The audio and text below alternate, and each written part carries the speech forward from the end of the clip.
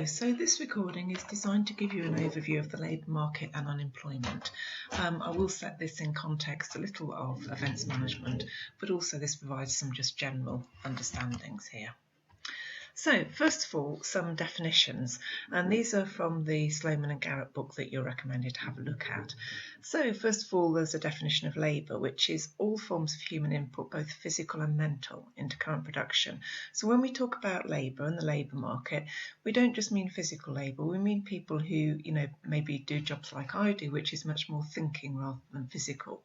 It's both sides of this.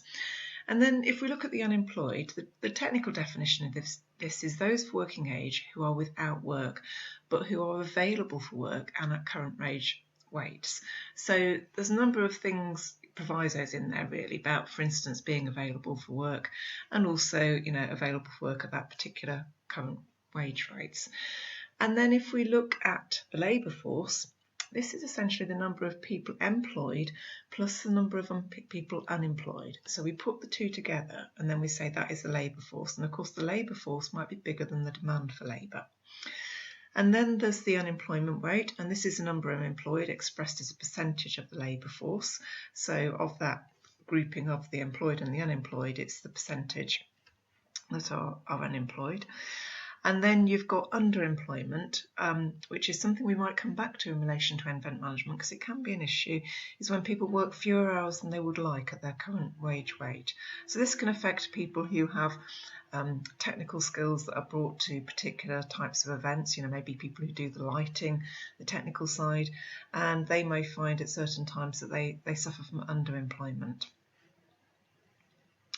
So if we look at the labour market, you can see the line for the supply of labour slopes up. So basically, if people are paid more, more people are likely to want jobs. And, also workers will work longer hours if wages are higher. This is a general view. And if we look at the demand curve, that actually slopes down. So you've got the opposite. So, basically companies, firms don't want to use as much labour if the wage rates are high. Now, I've said this as a simplification because you do have situations where something different happens. So you have people who might make lifestyle choices. They might leave a really well-paid job somewhere that was put them under a lot of pressure and go and take on some kind of lifestyle-related activity.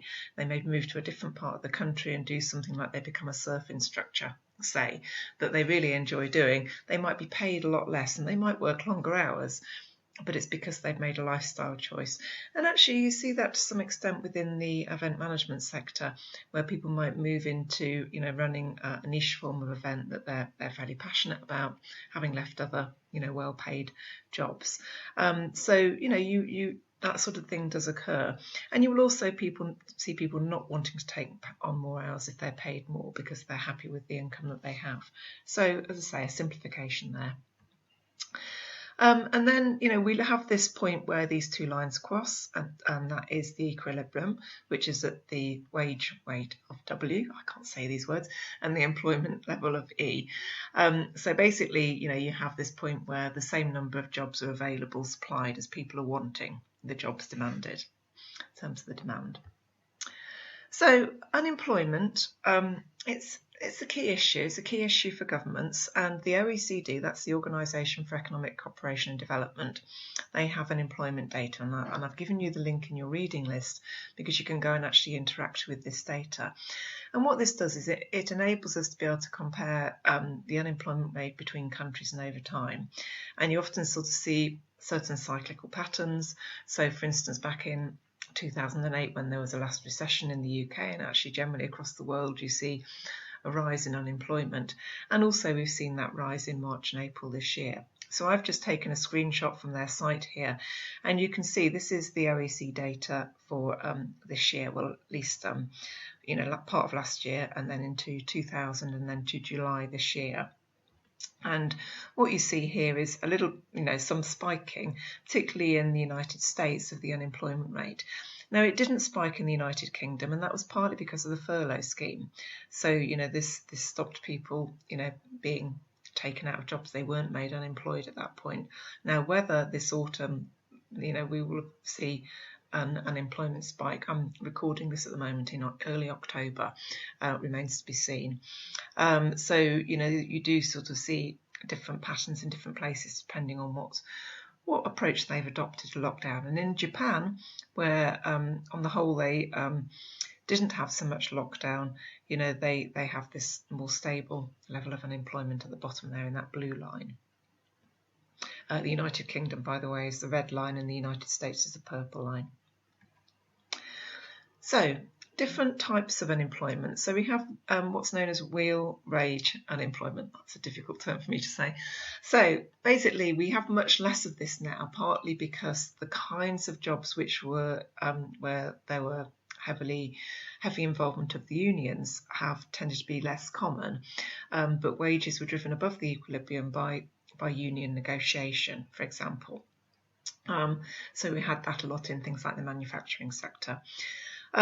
There's also cyclical, so this is what we might be seeing at the moment, which is associated with recessions where there's an excess of supply, so firms cut staff.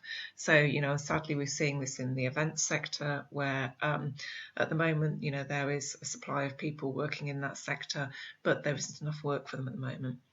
And then we see frictional, where it takes time to find a job and it takes employers time to find the right staff. So you might appear to have jobs available, but, and you've got people who are unemployed, but it's not quite aligning together. Then you have structural changes. So this tends to be changes in economies where there is some kind of widespread structural change. And it's often due to introduction of technology or changes in skills base.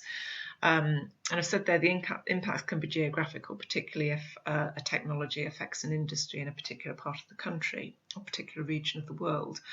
We're also seeing this to some extent with the the changes taking place with the pandemic, in terms of possibly how some industry sectors may restructure themselves due to this.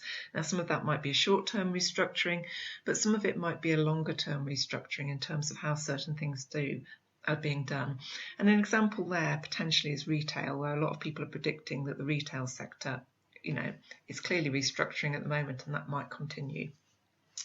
So we might do, order a lot more things by home delivery online in the future. And then the seasonal. So this is where there is change according to the season of the year. And I've given examples there of tourism, the agricultural sector, and live events. Now, obviously not all live events, because business events particularly are not seasonal, but you will have certain events like outdoor festivals and a lot of outdoor events which are seasonal to a very, very high degree. But other kinds of events are not, they're all year round. So there is some seasonality in the events sector. We can also map unemployment by region. So I've got the 2016 data here on this map, but actually this pattern is pretty steady. So you can sort of see some areas where there is relatively high unemployment, so like parts of Northern Ireland, some urban areas where there has been some industrial restructuring. You can also see some peripheral areas. So, for example, in the southwest there, the slightly darker county is Cornwall, and Cornwall has relatively high unemployment and is fairly highly dependent on some seasonal employment from tourism, and therefore the events sector in tourism is also quite significant during the summer months.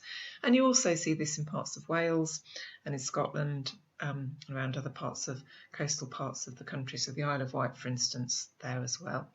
So, there is unemployment by regions. Okay, so you now need to go and look at another couple of recordings that are under this section on the labour market.